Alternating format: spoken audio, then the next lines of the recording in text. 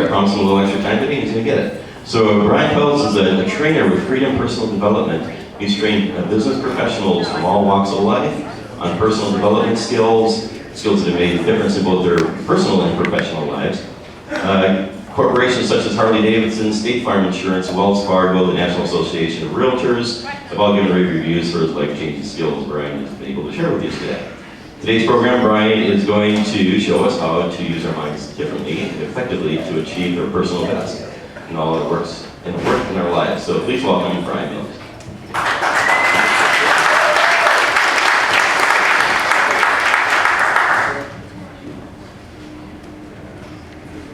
How's everybody doing this morning? All right, that was pretty good. That was pretty good for this meeting, 8:30, 9 o'clock on a Friday morning. Whenever I do this session, this is somewhat of a more motivational session. There's actually one correct answer to the question, how are you doing? And the correct answer is close, it's terrific. So we'll try it one more time. How's everybody doing? Terrific! That's more like it. I'm feeling closer to you guys by the minute here. All right, for starters, does everybody have one of these? If you don't have one of these, go ahead and raise your hand. We've got a whole bunch more. Yeah, we got a few over here. Brian, do we have some extra? If not, we got some more extras over here. Other than these, you guys, just to break these down literally for a second, there's a couple of things. One is this trifold, which is what we're going to be using during the meeting. And the second piece is this 8.5 by 11 sheet right here. Do you guys all have this too? Do me a favor and just go ahead and flip this over so you're not distracted by it during our talk. We will get to this a little bit towards the end of the session, but I don't want you focusing on it right now. We'll get to this at the appropriate time, okay? So once you've got one of these trifolds, the only other thing that you're going to need for this session, you guys, is a pen. Does everybody have something to write with? If you don't have a pen, you can borrow one from a friend. If you do not have a friend that has a pen, Brian's got a handful of them right there. Throw a hand up and we'll make sure we get one to you. Okay. Everybody all settled? Good, good. Okay, so let's just dive right in, you guys. Go ahead and open up your trifold. This is designed to be a fill-in-the-blank exercise, largely because it allows us to cover a lot of ground really quickly. So go ahead and pop the trifold open. There is a baseline qualification for being in this meeting, and that's the very first question that's at the top of the sheet, where it's just asked you for your name. If we're going to train your brain in a 30 to 45 minute session, we at least need to have that out of the way, so go ahead and write your name at the top of the sheet. Where it says speaker's name, what you can write there is my name is Brian. I've met most of you. How many of you have I not met before? Okay, a few of you. I've spoken here several times. I love speaking for this group. Where it says focus of this session, what you guys can write in there is how to get your brain working for you instead of against you. How to get your brain working for you instead of against you. So I've been working with this company for about the last 10 years. Has anybody heard of this book by chance? This whole talk today is going to be actually based off of a best-selling book, Train Your Brain for Success. Anybody heard of this book prior to this talk? It's a really good book. It came out about 3 years ago, hit #1 on Amazon right out of the gate, and it covers some of what you guys have possibly seen me train on previously, like memory. Who was here for the memory session that we did last year? I don't remember. Okay, very good. It covers memory in the first half, and the second half is stuff that Brad, you'll probably be able to relate to a lot, and that's how to create a record-breaking life. And it's going to talk about a lot of things that can help you in a few different areas, and here's what that can look like.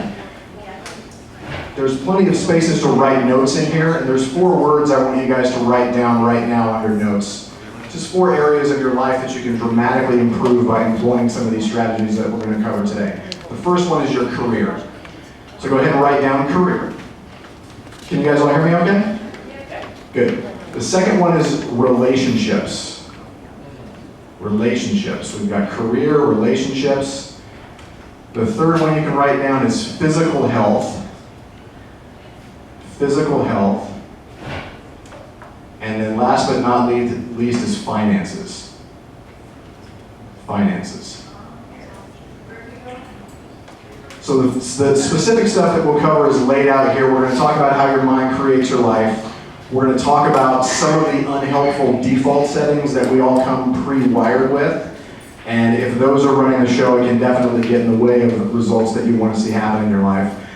And then the last thing we'll talk about is 4 strategies that you can start using today to get your brain working more for you instead of holding you back. So I'm going to check in with the group really quick. I'm going to ask you guys 4 just very simple questions, and you're going to know the answers instinctively. If you answer yes to any of these questions, it doesn't mean you're doomed at all. It just means that your brain could probably benefit from a little bit of a tune-up, as most of us, typically that's the case. First one, how many of you have ever walked up to somebody, met them for the first time, and got their name, and literally no quicker did the handshake break, the name just totally vanishes from your memory? Who's had that happen before? Embarrassing, maybe a little bit costly. You got to come up with some creative way to get the person's name after they already told you what it is. Second one, how many of you have ever read something, whether it was for business or for personal, and you get to the end of what you've read and you literally have no idea what you've just been reading for the last 5 minutes? Who's had that happen? All right, these are pretty universal things. They're all pretty common. The wiring in your brain that causes those issues is the exact same wiring that causes the next couple of challenges that I'm going to ask. These might hit a little bit closer to home, but just be as honest as you have been so far. How many of you have ever had the day? These are the that day questions. You've had the day where you worked hard all day long to the point where when you're done working at the end of the day, you've got just about no energy or time left for the people in your life that really matter to you. Who's had that day? Not a fun day. Last question, who's had that day where you get done working, you're totally out of gas, and you look back objectively on your day and you're like, what did I actually even accomplish today? Who's had that day? Okay, there's good news and there's bad news about all of those things. We'll start with the bad news first. The bad news is we've learned that just because of the way that our brains are wired, there's really no upper limit to how many of those kinds of days that you can have. That stuff will keep happening unless you do something proactively to change it. The good news is that just because we're all human beings, you have the innate capability to be able to make different choices and change. So that's what we're going to talk about during the rest of this session today. So if there's anything in your life, look at those 4 words that you wrote down when we first got started: career, relationships, physical health, finances. If there's anything in those areas, think about your life in those areas for just a second and just think, is there something that you'd like to improve on? Is there an intention that you had that maybe keeps coming up again and again and you tell yourself that maybe you're falling a little bit short of that? If there's anything in those areas that you'd like to improve in your life, I definitely believe and I certainly hope that at least you can get one good idea today that's going to help move that forward for you. So if we can accomplish that in the next 25, 30 minutes or so, would that be a good result for everybody? Terrific. Awesome. Thanks, Brian. Okay, let's just dive right in. So how your mind creates your life. I'm going to just go out on a limb here and guess that for this kind of a group, when I say that your mind creates your life, I'm going to just guess that that's not a new concept for this group. Is that a pretty fair statement? Yeah, this has been around, literally it's been written about for thousands of years. It's been written about in the Bible.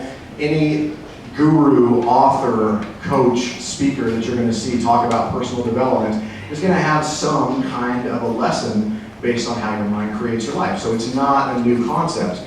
We definitely know that it's true, and in the last, I'd say, couple of decades, maybe 2 or 3 decades, there's been some new information that we've learned on specifically how and why your mind creates your life. And that's what I'm going to have you write down here in those 3 little blank spaces that we've got. So the first thing you can write down under how your mind creates your life, this is a big one. Write down your focus determines your reality. Your focus determines your reality.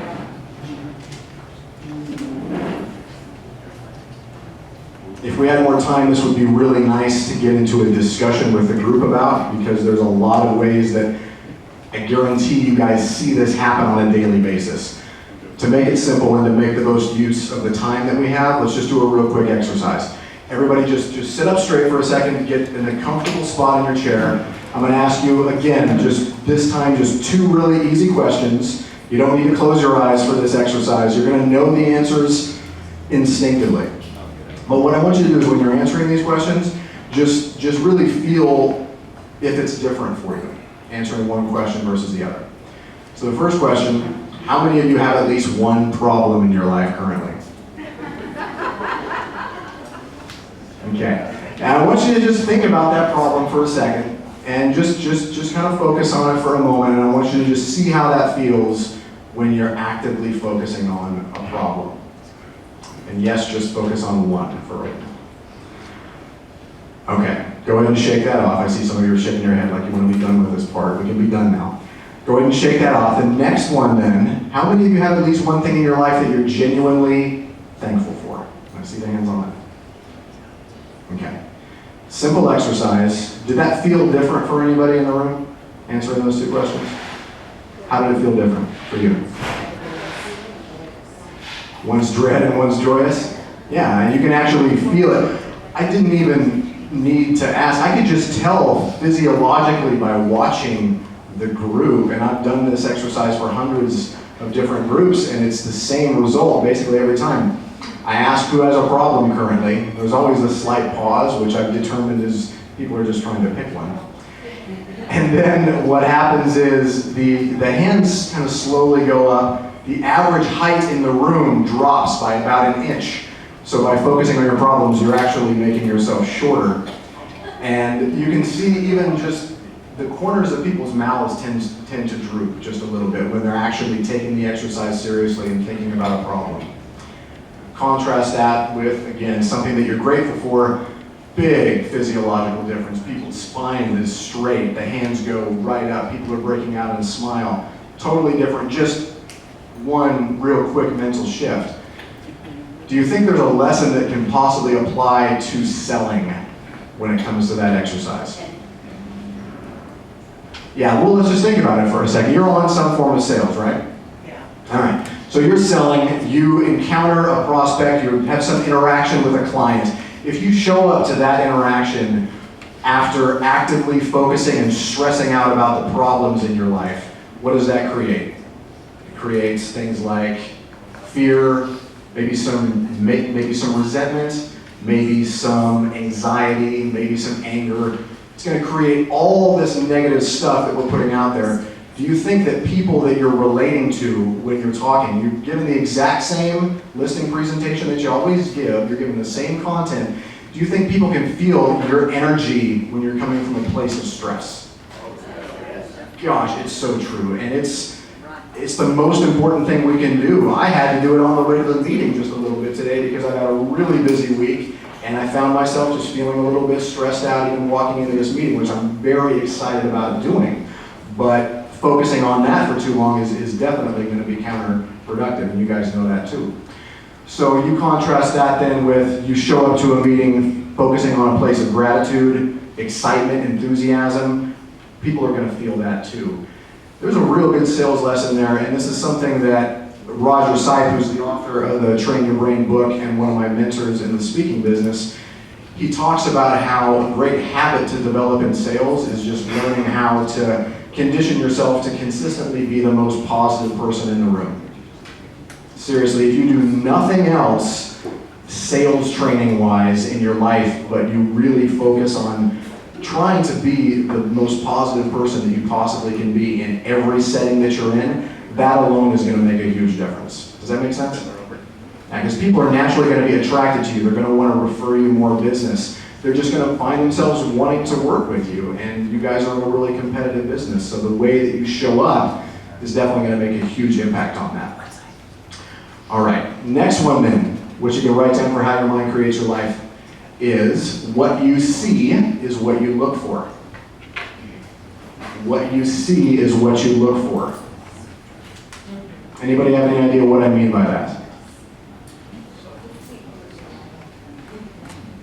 Yes. Yes. My daughter is engaged, so now I see everything about a wedding. Oh yeah. I've never heard, tell me your name? Rhonda. Rhonda, I've never heard the wedding example before. I've definitely heard the pregnancy example when women Here's what that is, right? It's called the reticular activating system in your brain.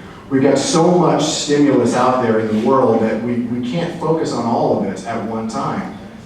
And think about what that means is that there's always stuff that you guys can focus on that are problems, right? It's always there if you look for it. Sometimes it's really hitting you in the face. Sometimes you just find yourself, because of the way that we're wired, trying to see what's missing or what might go wrong. Same thing, in your current environment, in your current circumstances, there's always stuff to be grateful for. There's always stuff to be thankful for. So that part of our brain that allows us to actually select what we're going to notice and what we don't notice has a huge impact. That's why pregnant women wind up seeing pregnant women and babies all over the place. Ladies, the babies were there the entire time. Nothing changed. It's just the lens that you're looking at changed a little bit. Same thing with this one, you can all probably relate to. Who's had the situation where you decide you're going to buy a certain kind of car? You figure, okay, I'm going to buy this midnight blue BMW X3, and then what happens? You see the thing everywhere. Nothing in your environment changed, but now because you're looking for it, you're going to see it more. So relate that back to how your focus determines your reality. You can condition your mind to notice more things that are going to support you and that are going to make you feel better and that are going to make you perform better. The default, unfortunately, and we're going to get to that, is that if we don't proactively have some kind of system to make sure that we're finding time to look for the positive, the default setting is always going to be negative. True or false, guys? We live in a culture of negativity. It's absolutely true. Examples of this are everywhere. Certainly see it in the media. You see it in social media, and I'm not trying to rail against any of those, but you don't even need to look at the media. Just listen to the conversations of most people. Most people, when you listen to people talk, usually it tends to get negative pretty quickly. I don't know about you, but I've found that when people focus on problems, they tend to have a lot of problems to complain about. Have you guys seen that? And then you contrast that with somebody that's just consistently making the choice to just look at their life and the people in it in the most positive way that they possibly can. It just, yeah, Brian, it is terrific. It really does spill over. And more good things seem to show up and more good things seem to happen. So the reticular activating system part of your brain, that's the science of it, but the how-to is just find a way to look and just really notice the next time that you're feeling bad, the next time that you're feeling stressed out, the next time that you're feeling anxiety. I want you, as soon as you can step out of your body for a second and check in with how you're feeling, pause the tape, ask yourself the question, okay, what am I focused on right now? I guarantee you're going to find that you're focused on something that's stressful. You're focused on some kind of a problem. That problem is not going to go away just because you change your thinking. We all have problems. But if you can just, in that moment, about that exact same circumstance, that exact same person, that exact same relationship, that exact same interaction, find everything you can possibly find about that that's good and that you can be grateful for, and I promise you it's going to change. It's going to change powerfully, and it's going to change pretty much immediately. Does that all make sense? Yeah. You guys think that you can use that in your life? Yeah, I guarantee you can. It's made a huge difference for me personally. Any questions on any of this stuff so far before we move on? All right then. Next one. We're on the third line under how your mind creates your life. What I'd like you to jot down there is what you see is what you get. What you see is what you get. Now that does not mean the old cliche, like you can take things at face value and stuff like that. What I mean when I say what you see is what you get is that the pictures that you see in your mind, they tend to show up in your life. How many of you have ever watched top-level athletes perform? Whether that's somebody in basketball or gymnastics or skiing. What are they doing? Okay, obviously they're spending a lot of time to warm their bodies up. But when you see these people, professionals, they're spending a lot of energy very intentionally conditioning their mind, right? So what do we see them doing? You watch a skier getting ready to go down the hill. What is he or she doing right before he needs to go? They're visualizing the outcome that they want to see. Do you think, okay, well, why do you think athletes do that so consistently?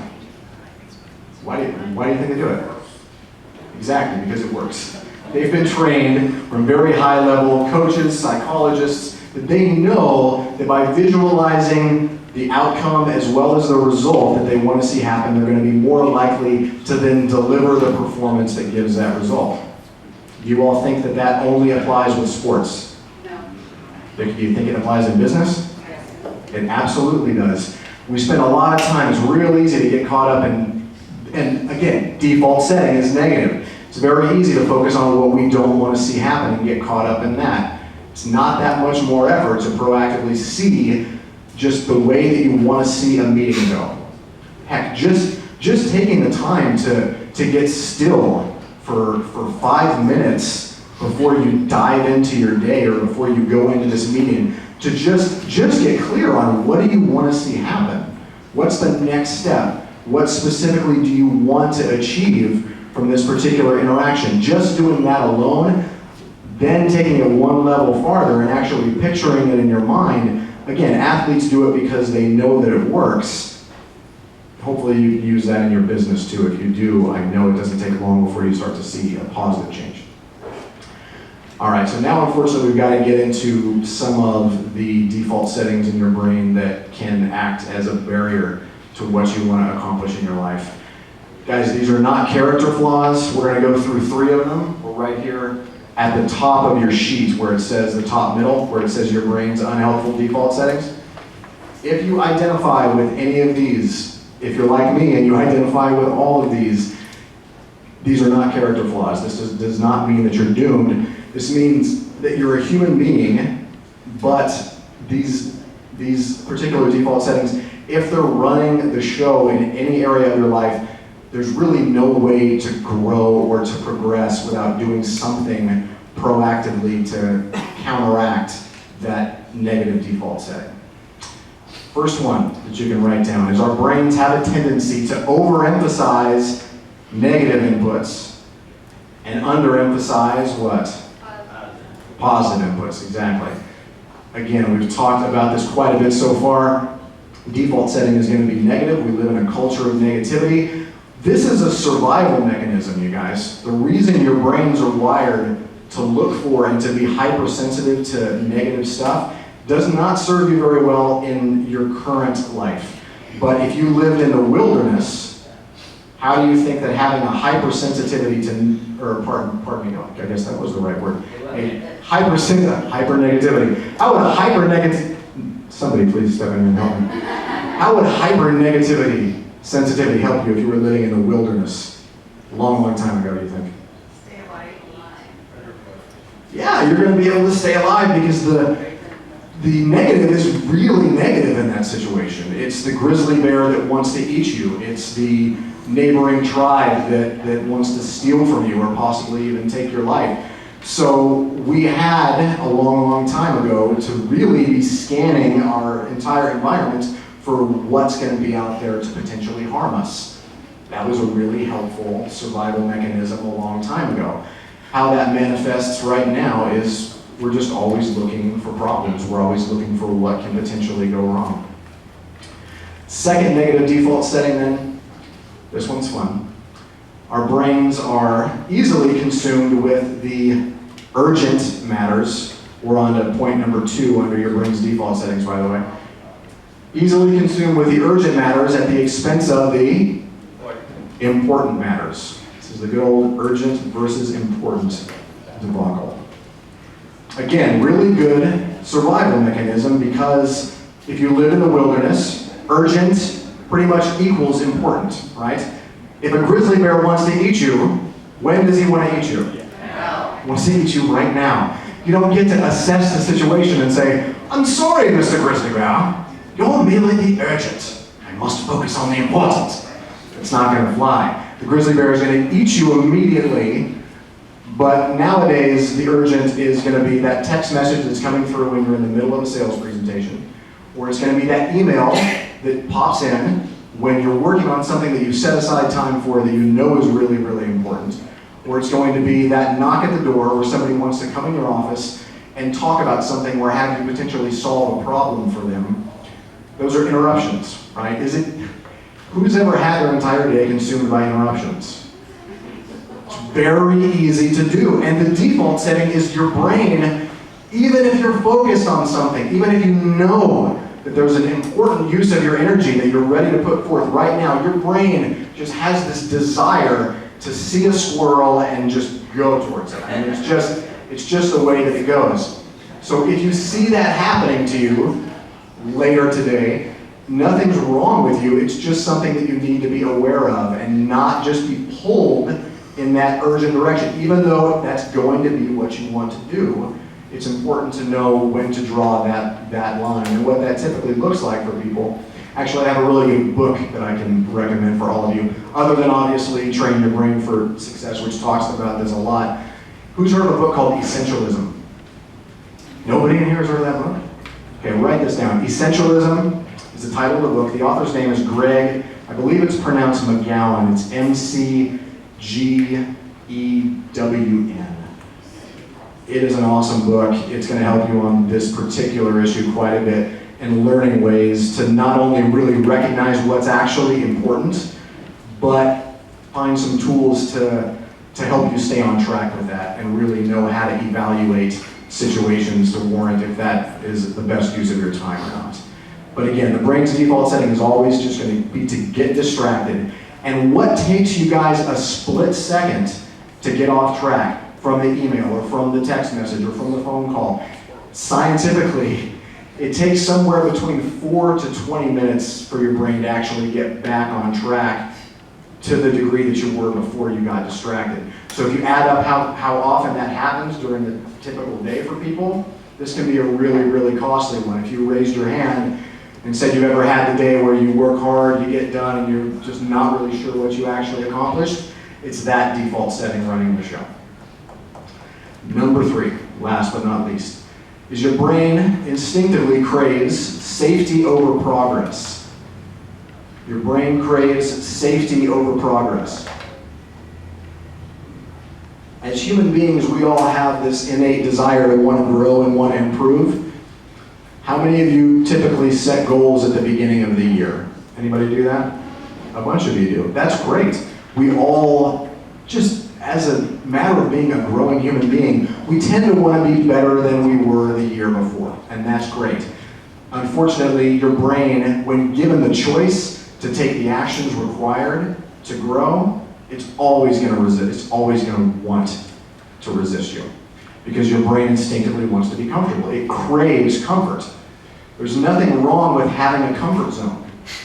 But guys, no growth in any goal you have, in any area of your life, no growth is ever going to occur by staying inside of your comfort zone.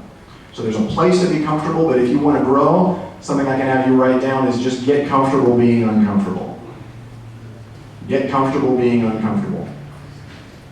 When your brain wants to resist you and you try and come up with all kinds of excuses why you shouldn't do something that you told yourself you would, that's this default setting trying to sneak in. It's the time to just keep going. The more you do it, the more you get uncomfortable, truly the more comfortable you get. And you shake it off pretty quick. I promise you that. All right, so we're getting close to the end of our time. If I stopped right now, this would probably be the worst motivational speech of all time because basically we've talked about how your mind creates your life and how most of our brains are just instinctively a little bit messed up. So if we ended right now, that would just be bad. So do you guys want to learn a little bit about what you can do starting today to help with some of this stuff? Yeah, let's see how much time we got. We got just a little. Very little. All right, number 1. Okay, what can we do about this? That's where we are on the sheet. Number 1, we can roll through these pretty quick. Number 1, heighten your awareness of what is most important to you. Heighten your awareness of what is most important to you. It's easy to get distracted if you're not clear about what really matters. So this is going to be things like your own goals, your own values. For some of you, it might be your faith. For some of you, it might be the family and the people in your life that you want to not neglect. Whatever it is, only if you're clear will you be able to, 1, have more energy and more focus, and 2, make better decisions much more automatically. Does that make sense? When you're clear on what matters, you're just going to be a lot more likely to do things that support that and say no to things that don't. Number 2, you have to create goals that give you energy. have to create goals that give you energy. A lot of you raised your hand and said you set goals every year. That's awesome. Most groups that I speak for do set goals, and you should set goals. Unfortunately, most people set goals in a way that drains their energy completely, either because the goal is too big, or it's too small, or it's a goal that somebody else set for them. We've got a 7-step process to setting goals in the book, but really, you guys, what you need to know is the end outcome for setting a proper goal is it should give you energy. It should make you move, and it should make you want to move. If it doesn't fire you up, it probably doesn't matter to you that much. It's probably something that you're telling yourself that you should do, and not something that really comes from your heart. Point number 3 then is design. This is huge. I'd love to spend another half an hour going into this, but we gotta be quick. Number 3 is design a schedule that gives you space. Design a schedule that gives you space. We have very busy lives. You need to set aside time consistently. I would definitely suggest every week to connect with your goals, to really identify that week what is the most important thing or things that I want to accomplish this week. You've got to create time for it. The world, your family, your business is not going to give you the time. So you've got to create it for yourself. If you're not in the habit of spending an hour or 2 planning your week every single week, you are leaving a lot of opportunity on the table and is creating a lot of unnecessary stress. If you take nothing else from this meeting other than to focus on gratitude and plan out your week in advance every week, take those things out of this meeting and let me know how it goes, because I promise it's going to go well. Number 4 is to develop an ongoing system for feeding your mind. Develop an ongoing system for feeding your mind. Again, we've got these default settings that kick in. They're consistently negative. Read books, go to seminars, watch TED Talks, surround yourself with positive people like folks in this room as much as you possibly can to get those positive inputs up, to get your mind focused on things that really empower you more. The world is full of a lot of negative stuff, so if you don't take the time to do it, you're just setting yourself up to get flooded with negativity, because that's, again, what is default. All right, so we got to wrap up here. Flip these over. You guys all have this, right? As far as an ongoing system for feeding your mind, our company has set up something for you that is, listen, if any of this stuff has resonated with you this morning and you'd like to continue this process, this is what that's going to look like. There's 3 components. Number 1, you'll see the Train Your Brain for Success book. Talked about that earlier. It's an awesome read. The second component, you see where it says Train Your Brain for Success Live, 1-day event featuring Roger, Sipe, and me. This is mostly going to be Roger. Roger's the author of the book. We're going to spend a whole day talking about how to set goals in a way that gives you energy. We're going to talk about the 2-hour solution to help you plan your week in a way that's going to give you about an extra 8 to 10 actual productive hours each week and help you reduce your stress. There's a real handy systematic process that we use. It's about a 1 to 2 hour meeting with yourself that you'll have every week.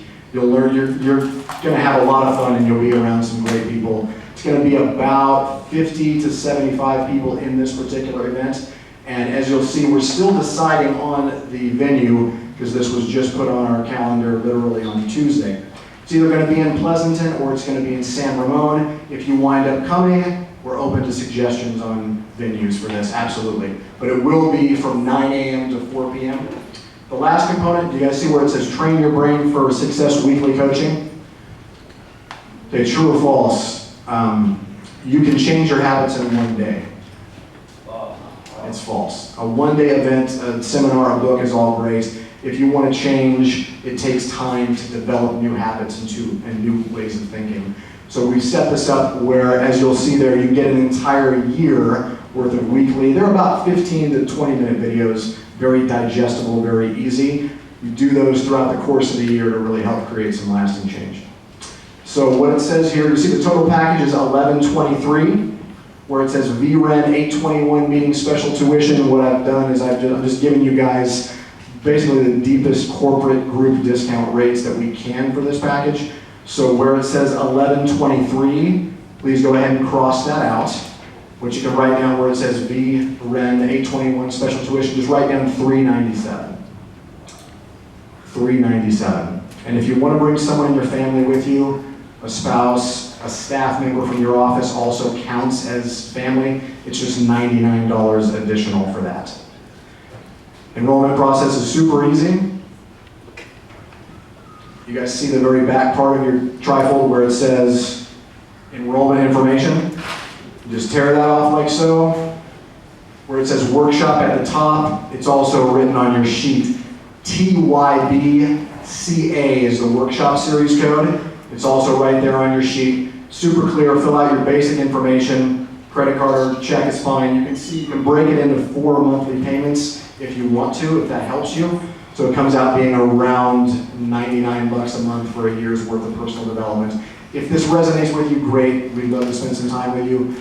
If for whatever reason it doesn't, I hope that you got something valuable out of today. I'm looking forward to seeing you guys again in the future. Thanks so much for the time.